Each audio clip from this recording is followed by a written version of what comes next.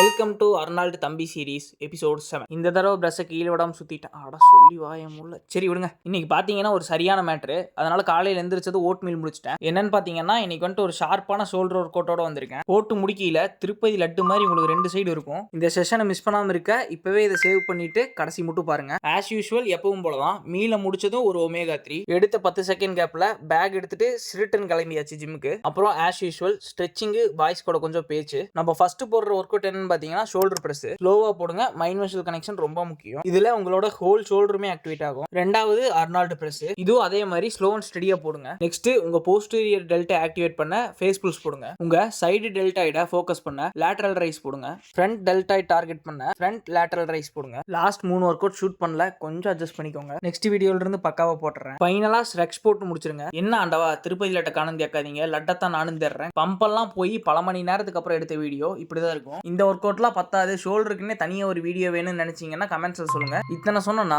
Counting செட்டே சொல்ல மாட்டோம் பார்த்தீங்களா, கவலைப்படாதீங்க. மொத்தமாக 3 செட்டு 16 14 12 அப்படின்ட்டு 3 கவுண்ட் போட்டுக்கோங்க. முடிஞ்சா ஒவ்வொரு செட்டுக்கும் வெயிட் இன்க்ரீஸ் பண்ணிட்டீங்கன்னா உன்னையுமே நல்லா இருக்கும். அப்புறம் என்ன, என் டிரான்ஸ்ஃபர்மேஷனை பார்க்கணும்னு நினைச்சீங்கன்னா மறக்காம இப்பவே என் பேஜை ஃபாலோ பண்ணிக்கோங்க. அப்புறம் என்ன, கன்சிஸ்டண்டா இருங்க. நாளைக்கு பார்ப்போம்.